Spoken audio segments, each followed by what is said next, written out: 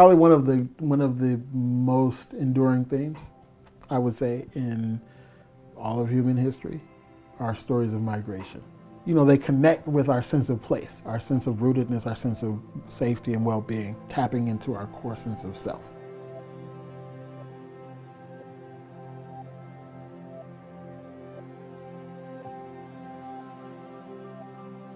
The Central District, the neighborhood that I grew up in, was the heart of the African American community in the city and also in the Northwest. That definitely, factors into sort of how we understand the history of the neighborhood and also the history of the city and the region.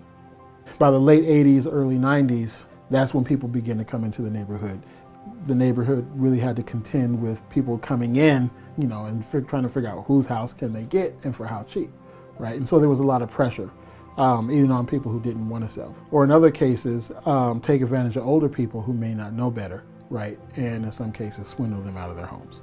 Of course, that generally just sort of escalated, because the more people that you have coming in that represent an attractive demographic, the more the neighborhood becomes attractive to people with more resources to invest. So there was a whole trajectory that I would say the CD went through that the rest of the city didn't really go through. So then the real question is, well, what's the impact? And that's sort of where my work comes in, is really looking at the history of a neighborhood and the history of a family and how all these social forces shaped how they lived and adapted. Anytime you look at a media producer of color, and you see where they've been able to create a body of work that, one, delves into the stories of their community, and then you see them also, being successful as a working media producer. You should probably try to figure out what they're doing and how they're doing it, and why they're doing it.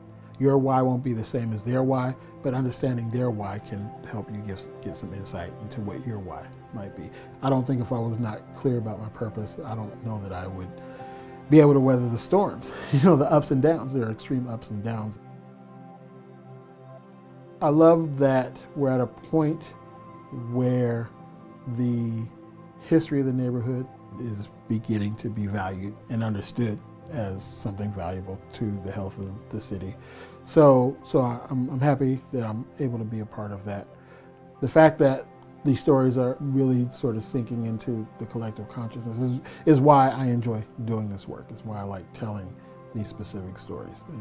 It's meaningful that they're becoming meaningful to other people.